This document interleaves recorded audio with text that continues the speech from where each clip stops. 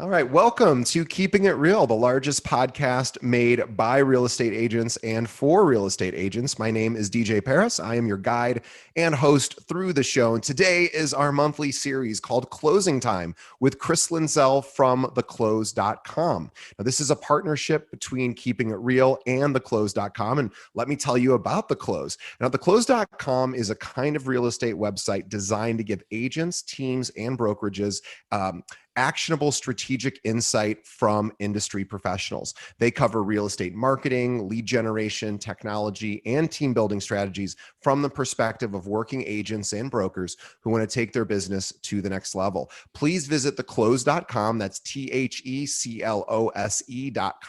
and subscribe to their newsletter so you can get notified every time they publish an article. And with us, as always, is Chris Linsell. He is a staff writer and real estate coach for The Close.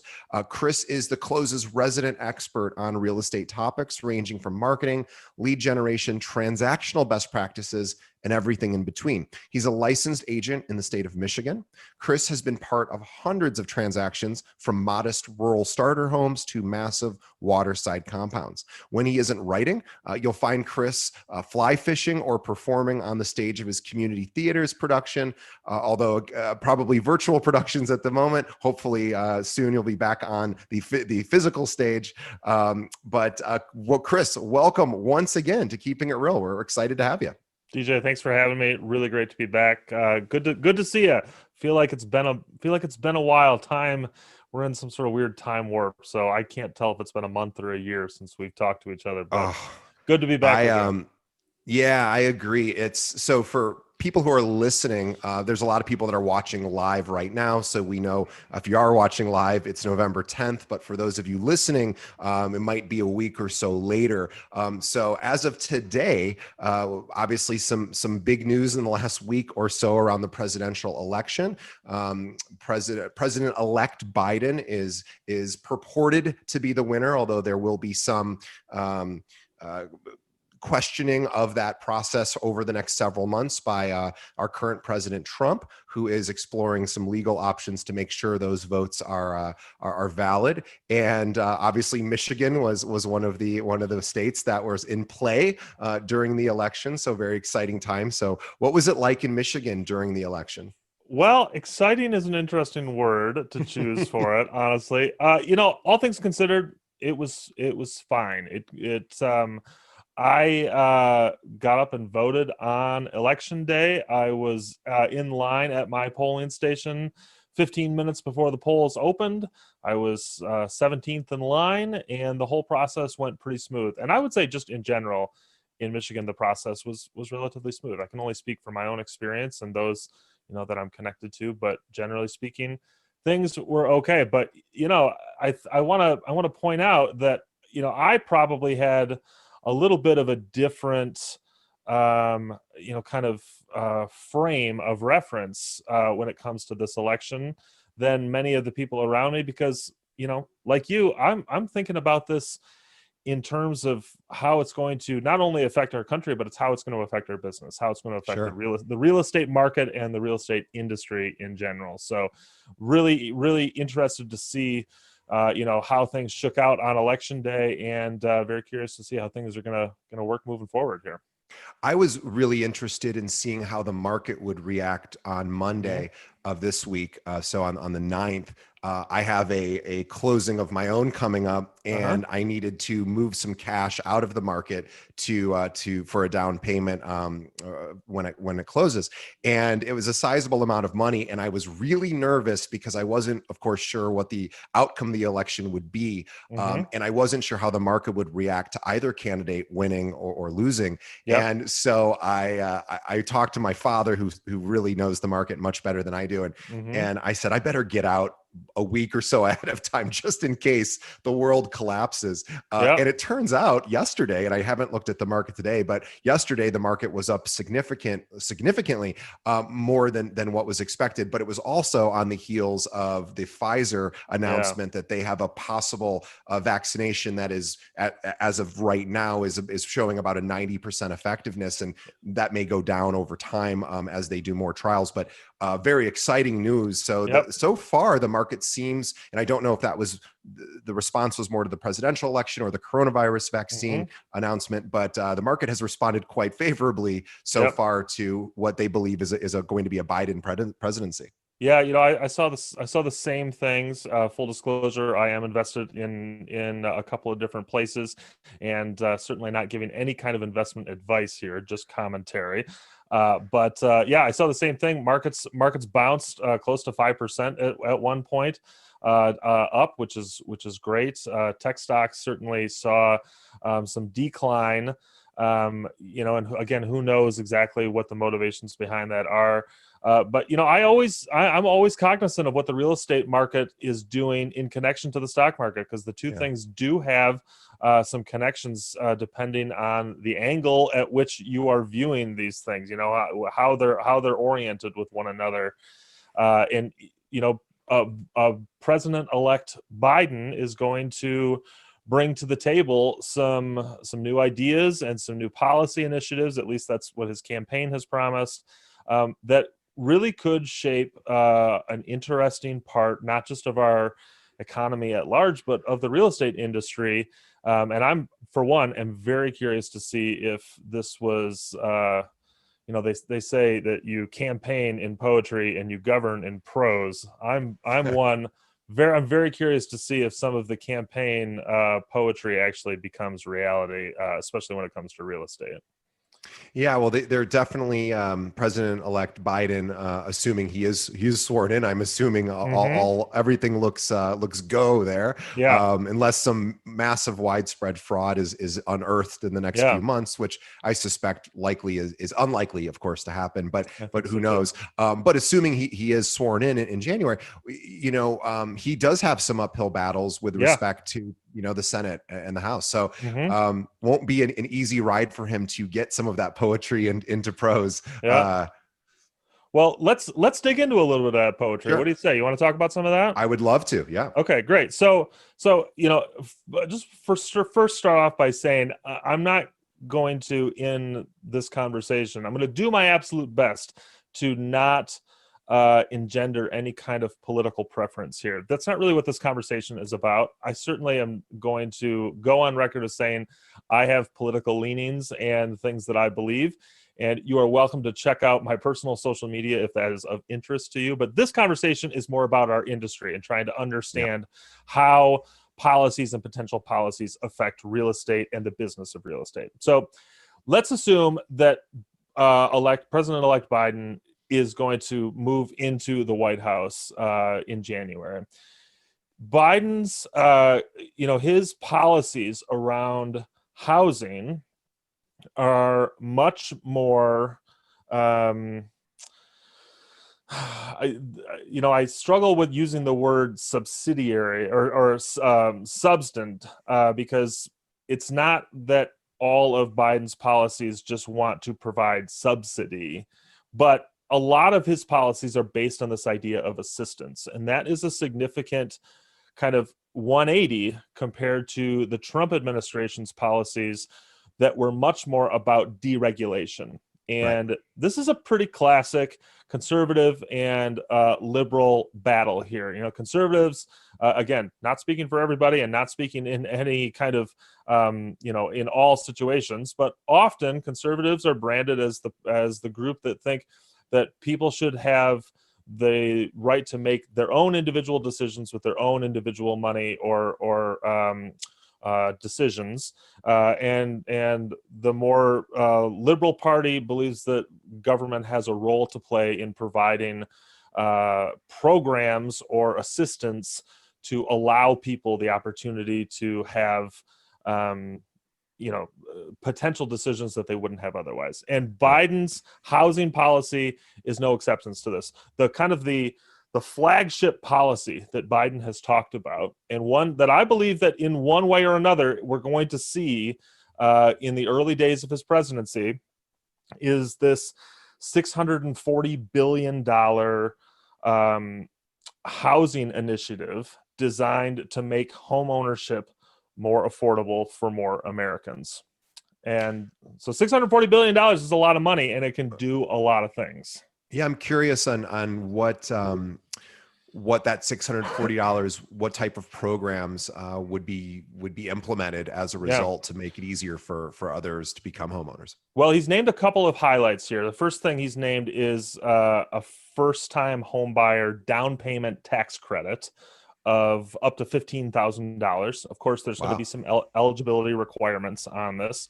And, for those of us who are working in the industry, we know $15,000, it only goes so far, especially if you are in a really competitive market. If you want to put 20% down on a home, $150,000 home, that 20% is 30 grand. So you still got to come up with $15,000 Right. on your own, even if you qualify for the maximum here. So, there's a lot of people that are saying, is this even enough on the progressive side of things? But let's just assume for a minute that it is enough and it will make a difference for a lot of potential home buyers. So that's the first thing.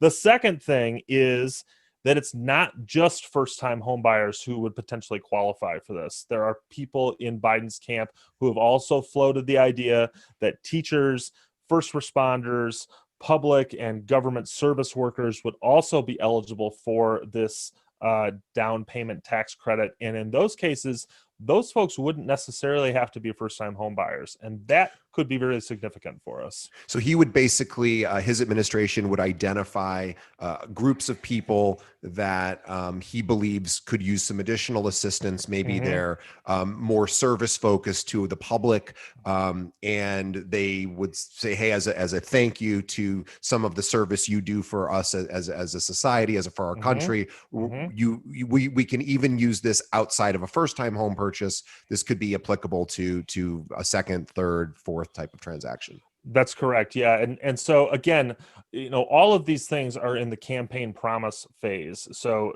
certainly don't scratch any of this stuff down in stone and tack it to your wall yet. But the way that it has been talked about is kind of a double-edged sword. The first edge is to provide some infusion of cash specifically into the real estate market, which has a tendency to find its way to end users, that's the sellers of the homes, pocket for the most part. Of course, there are going to be some bumps along the road there. You're gonna have to pay a commission on your transaction. You're gonna have to pay title insurance. You'll pay insurance, or you'll pay maybe insurance on your mortgage or an interest on your mortgage. But generally speaking, when you put your down payment down, a big chunk of that is going to make its way into the seller's pocket. And so that sort of down payment tax credit is a great de facto economic stimulus because it intends to infuse a large chunk of that cash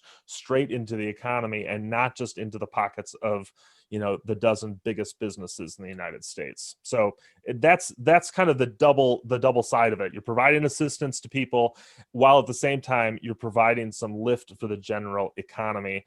And actually, now that I really think about it, there's kind of a third edge too, which is an incentive to draw people towards those service-related jobs, towards being a teacher, towards being a first responder, towards being a service worker. And I don't have the hard numbers in front of me, but I was just reading this morning that all of those major job fields listed here are all taking hits right now because, quite frankly, people don't want to put themselves in the line of harm, so to speak, when it comes to COVID. And so some other incentive to kind of continue the flow of people into those sorts of industries, I think is another benefit there. And I want to pause for a second and for all of our listeners or viewers to sort of have an understanding about what you can do as an agent with this information. The reason why we're providing this is so that you can take this information out into the field and speak to your sphere of influence, speak to your contacts, your previous customers, your future customers. And Chris gave a lot of wonderful disclaimers at the beginning before launching into some of this information, which is to say that we of course don't know what's actually going to make it into effect come January or throughout that presidency. However, this is great information that 99%, I'm just making that number up, of course, but the vast majority of your clients aren't going to be aware of unless, of course, they're part of this industry. So hopefully you can take some of these data points and begin to have these conversations with those appropriate disclaimers, saying, here's what we're hearing out in the field. So hopefully this is really helpful, because it gives you a reason to pick up the phone and start talking to your renters, people that you know that are thinking of moving, maybe people in the service industry, or just to be seen as more of a knowledge expert in your field. So anyway, I'm sorry, Chris, didn't mean to stop the flow there, but I wanted to let everyone know this is great stuff. Please take notes. Absolutely. And, actually on that note, you kind of took the next sentence right out of my mouth. You want to kind of thinking about this as a real estate professional. This provides you with an opportunity. This conversation happening right now in the beginning. I mean, we're in the beginning of November, but whenever you're listening to this, this gives you an opportunity here, because let's think about what the next 8 to 10 weeks is going to look like for most of us. Most of us, our business is going to slow down a little bit. It's the typical kind of mid-November to the end of December slowdown, as our clients are spending more time, doing holiday related things. We're probably spending a little bit less time, face to face or on the phone with people. And we have an opportunity to be thinking about what our strategy is going to be when we hit the ground running in the beginning of January 2021. And if you have got a prospecting strategy, specifically if you're reaching out to first-time home buyers, you should be internalizing this first Biden potential policy and saying to yourself, how can I use this information to leverage my conversations with potential buyers?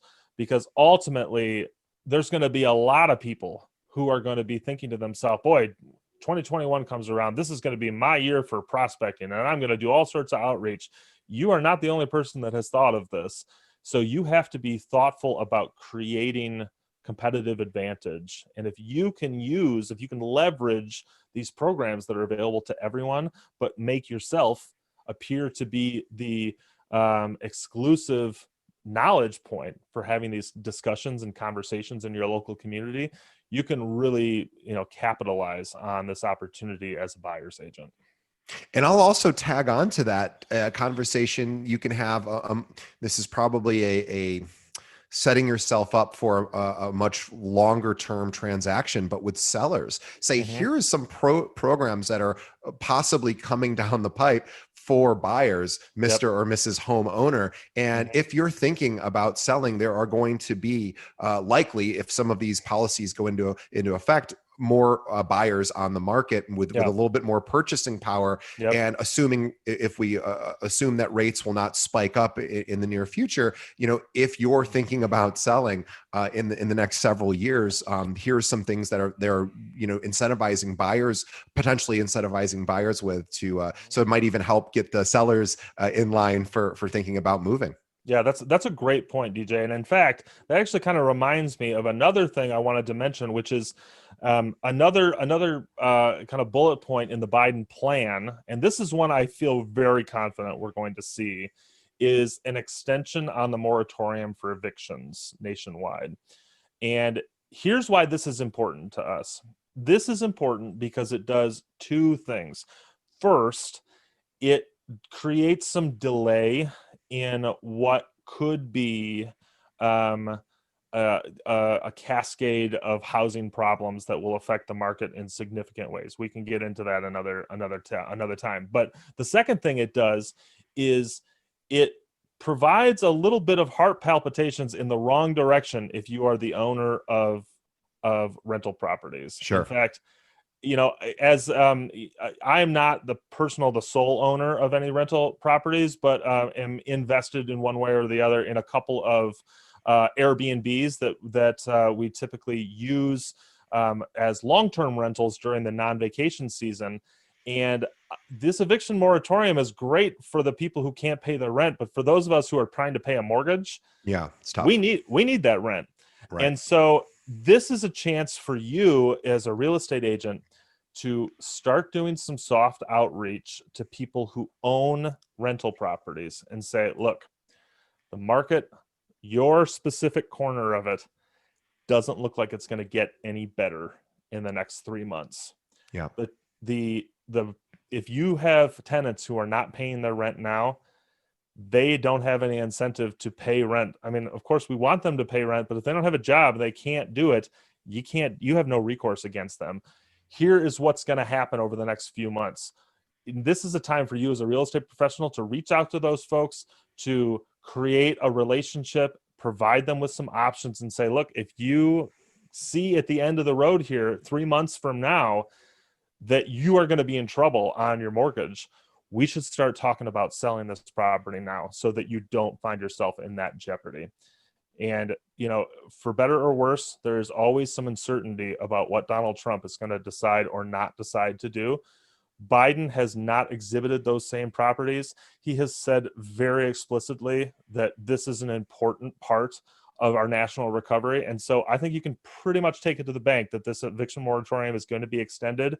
And so right now is a time you should start having these conversations with rental property owners, because they may not have recourse and may find themselves in very sticky financial situations 3, 4, 5 months down the road. They can avoid those now, and you can be the best agent in your community by providing it with them with some options. And if you're listening thinking, well, will there be assistance to the mortgage owner or the lender? The owner who has to pay their mortgage. We probably aren't the best podcast for that information, but there are lots and lots of podcasts out there for investment focused podcasts that talk about this nonstop right now. Yeah. I definitely look out there to see what programs might be coming to assist the homeowner or the investor as well, because I'm sure there is that is being discussed at length on other shows. Yeah, absolutely. If you're not familiar with those, definitely check out the Bigger Pockets podcast. Oh yes, those guys do a lot of great stuff when it comes to investment conversations. We don't have. I'm not keyed in specifically to that end of things, but I can tell you, markets respond to scarcity and to inventory, and when we have no real impetus to push people out for non-payment, it's harder to find that recourse. And so, we just want to make sure as real estate professionals, we're providing this, at first, it's not just service, it's just knowledge. We're trying to provide members of our community with the knowledge they need to be able to make good decisions. Yeah, and just as Chris mentioned, and I'm so glad I had blanked on Bigger Pockets. So that would be my choice as well. An amazing website for anyone who's interested in learning about investments as an agent or even just as a consumer. There's probably no greater resource online than biggerpockets.com. So Bigger Pockets, great suggestion there, Chris. Let's talk about discrimination. Yeah. So racial discrimination in America, it's a very big topic, and one, though our conversations are quite enlightening, I don't think we're going to solve this one in the next 22 minutes here. So probably not. So luckily, there are other people that are thinking about this. So Biden has made it one of his marquee issues, racial discrimination in America. That certainly extends into housing. For those of you who aren't totally read in, I don't know how you couldn't be at this point, but Vice President-elect Harris, former Attorney General of California, also a woman of color, very connected to these sorts of issues.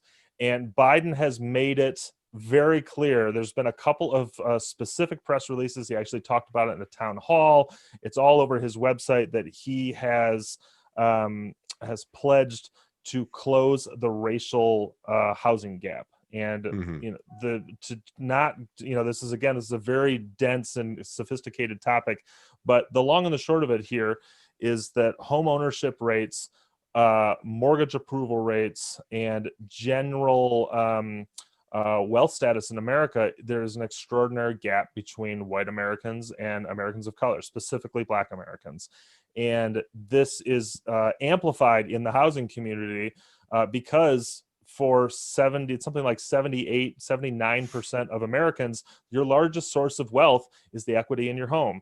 And when it's something like a fifth of Black Americans own homes compared to white Americans, it's pretty clear that there's a gap here, and that gap extends into the practice of getting a home as well. So There have been a number of bullet points that have been proposed as a part of this fight. One of them is a proposed national standard for home appraisal, so that homes in neighborhoods that are primarily populated by people of color aren't ranked or valued lower just by deference of the population that live there. There have proposed public credit agencies designed to be more accessible to Americans who have been systematically disadvantaged by the current systems. Some proposed reinstatement of Trump's rollbacks of housing discrimination studies and monitoring. There's a lot that goes into this here. What real estate agents should take away from this, what they should scratch on their sticky note and make an action item for themselves, is two things. The first is these conversations, especially if you live in a major metro area, are going to be happening amongst everyone, because something like a national appraisal standard is going to, by definition, lower the appraised value of some people's property. You can't. Sure. This is just a problem. It's the same reason. Not everyone's going to win. That's exactly right. Yeah. That's exactly right. The market as a whole is going to see itself rise, but there are going to be properties, neighborhoods, even some communities that a system like that would at least temporarily not benefit. Sure. And so in that regard, I again, trying not to be political here. Personally, I think a national appraisal standard, the sentiment is correct, but the execution on it is theoretical. And so when you actually get it into communities, I'm not totally sure it would serve the purpose that those who are proposing it would think it would. So here's what real estate agents should be doing about this. We have, believe it or not, our own political advocacy group, RPAC, which is the Realtors Political Action Committee. Yeah. Mm-hmm. They are an extremely influential group. I would bet just about everyone, if you belong to an MLS, I bet you RPAC has reached out and has designated a representative for your MLS. Make your thoughts known about this. Reach out to RPAC, talk to them about what's important to you and your community. You have a voice in determining how this legislation, if it becomes legislation, is enacted. The second, and I'll also say, sorry to interrupt for a second. For everyone who is a member of a local association, as Chris was mentioning, if you're part of an MLS, you're likely part of what at least here in Chicago we call a local association. Different areas may call it different, but wherever you're paying your MLS dues to, as Chris said, you likely have an RPAC representative. But also, there's likely, and at least here in Chicago, it's a voluntary donation to RPAC, and for a lot of agents, they tend to ignore that. But if you're able to and your finances allow for it, I would encourage everyone to donate, because that pays for these representatives. There's 1.6 million realtors, and that's the last number I saw. It might be a bit more or less at this point, but a lot of people's jobs really are in many ways dependent upon these activists that work on your behalf, but they also need funding. So if you're somebody who normally does not, if it's an optional donation and it's within your budget, I encourage you to throw a few dollars their way, because they are working on your behalf. And as Chris was mentioning, you have a voice to influence how they act when they meet with political members to try to influence them. Yeah, 100%. I think it's also important to remember too, this is the sort of thing that you don't have to be a donor. Like DJ said, you don't have to be a donor to reach out to RPAC. Yes. They are here working for you, whether you donate or not. And there certainly is, there's no price of admission for that email or that phone call. Right. The other thing I think is worth mentioning here, and I say this with all due respect to the men and women who are in the current administration, I am confident that there are people in the current administration whose intentions were good and remain good, and who are genuinely approaching their policy initiatives from a place of deregulation in an attempt to, privatize once again the decision-making process for Americans. That being said, there have been decisions and executive orders that have come out of the Trump administration that have genuinely had negative effects on housing discrimination, specifically on studying and correcting housing discrimination in especially America's largest cities. And this is something that we are going to, under a Biden administration, I think, see some pretty radical changes around. So there's two things that I want realtors to be cognizant of here. The first one is you have two choices when it comes to these changes. You can either be supportive of change or you can be resistant of change, but the change is going to happen. And so you have a chance to be an advocate for positive change in your community by getting out in front of this issue, talking about it with your clients, with your prospects, with your community, and being a voice in the leadership for change. The second thing I want you to keep in mind is under the Trump administration, quite frankly, there has been a bit of a desert when it comes to studying housing discrimination. Most studies have stopped. I tried to write an article about this earlier this year. I could not find reliable recent data from the government because it just didn't exist. Biden, I expect, is going to turn this around.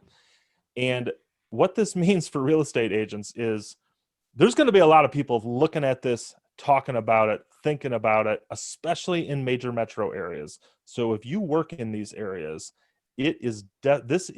someone is ringing the bell here.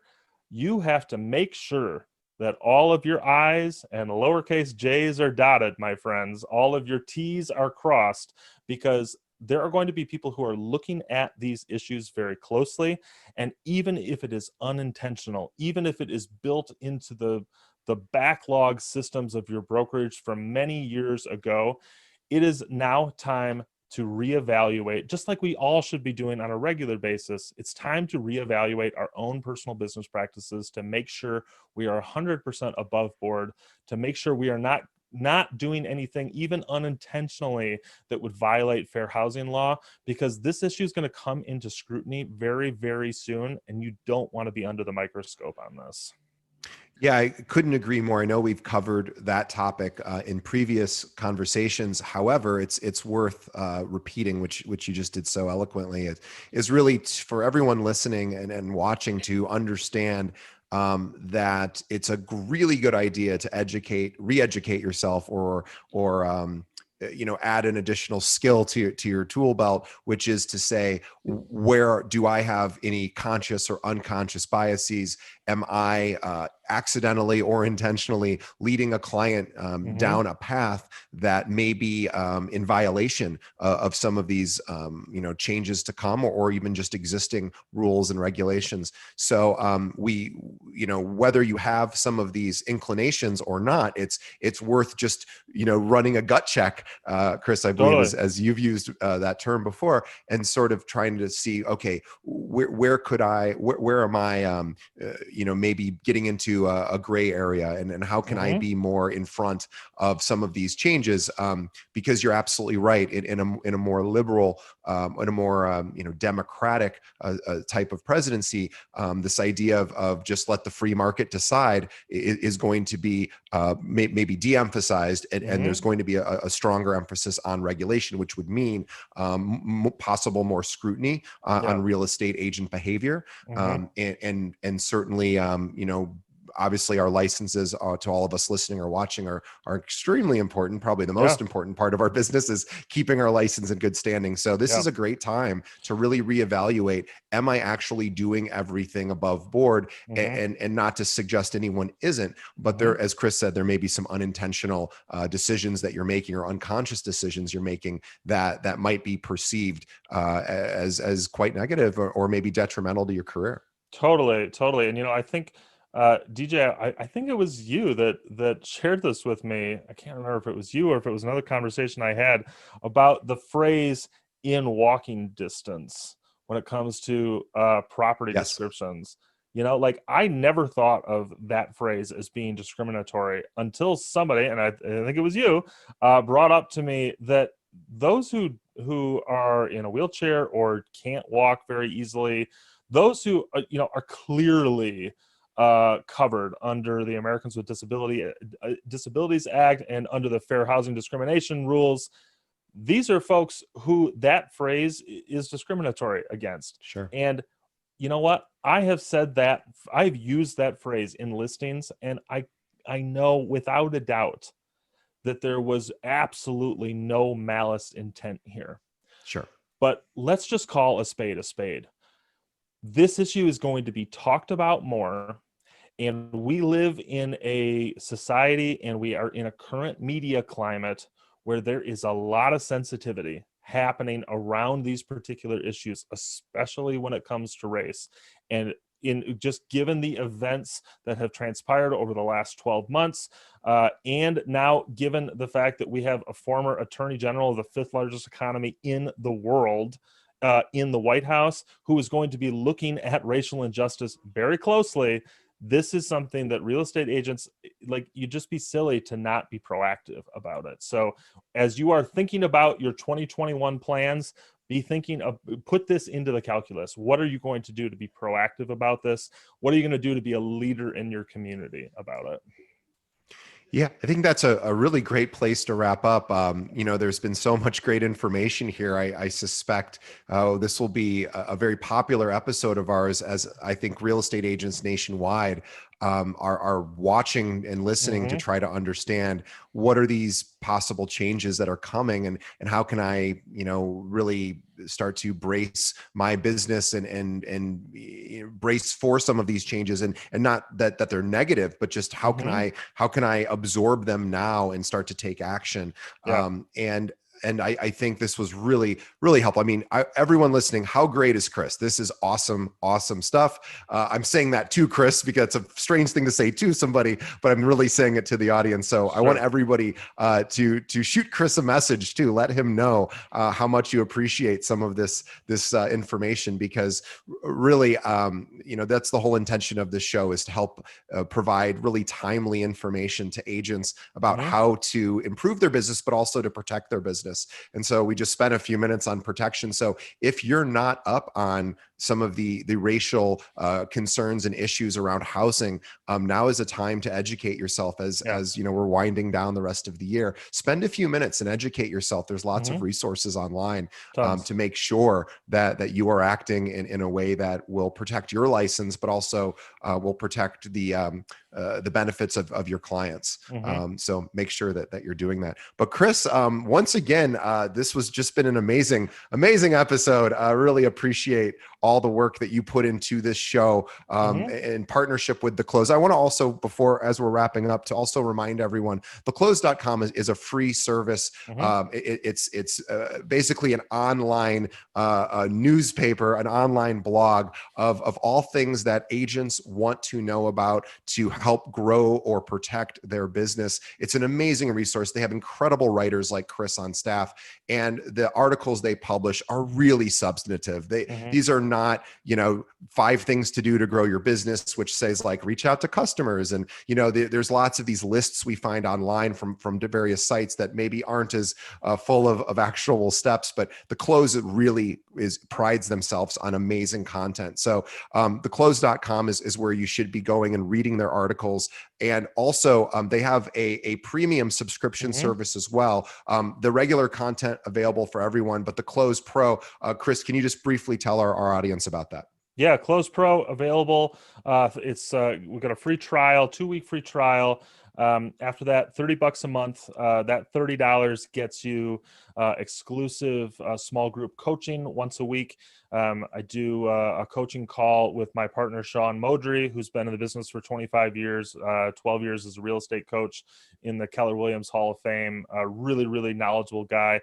Every Monday, tune in. We call it the kickoff and kick-ass call about getting yourself ready for the week. You also have a huge resource library full of templates and scripts and downloads that you can use to plug right into your business, as well as major access to some significant courses, including 6 Simple Systems to Transform Your Real Estate Business, and Sean Modry's brand new course, How to Survive and Thrive in a Changing Market, things that we're definitely facing right now. So lots of value there. And ultimately, when you're a Close Pro member, you get everything that you get on the Close. You just get some extra personal attention with it.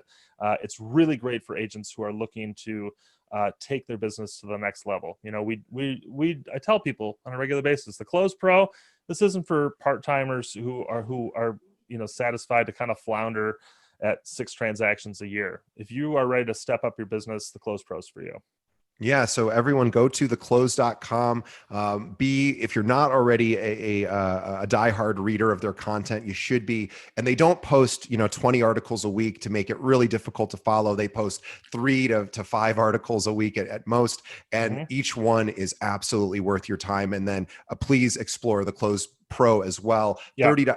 A free trial is amazing. You can see how much value it provides to you, and then $30 a month is about as inexpensive of an option as I've ever seen for this type of service. So give it a shot. You won't be disappointed. We're the biggest possible fans of theclose.com here on our podcast. We're grateful to Chris for coming on every single month, taking time out of his own coaching business, his real estate business, and his writing for the Close to share some of this knowledge with our listeners and viewers. So Chris, thank you once again on behalf of Chris and myself. We also want to thank everyone who's watching and listening to this episode, and remind everyone to help our podcast grow is please tell a friend. Think of one other real estate professional that could benefit. And really, this particular episode, I think everyone could benefit. So send this out to everyone in your office. Of course, that would help our numbers, but it really is going to help every agent in your office as well. This is something we do as a complimentary service to the industry, and we're hoping that you're willing to share it. And then last, please follow us on Facebook. Find us at facebook.com/keeping it real pod. We not only post every episode we do, but we find an article online. For example, every single Close article we post on our website as well, because we're big fans, and honestly, there's not much that we find that's ever better than what the Close writes. But we post articles that we find online every single day designed to help you grow your business. So facebook.com/keeping it real pod. And also last, visit our website, keepingitrealpod.com. And we have every episode we've ever done. You can actually scroll all the way to the bottom if you wanted to, and to listen to all of our Close episodes. We have them broken down into categories. We try to make it easy. So you could literally listen to every Chris Linsell, theclose.com interview, and really you'll get a lot of great information there. So Chris, thanks once again, and we will see you next week or next month. Sorry. Looking forward to it, DJ. Can't wait. Thanks, Chris.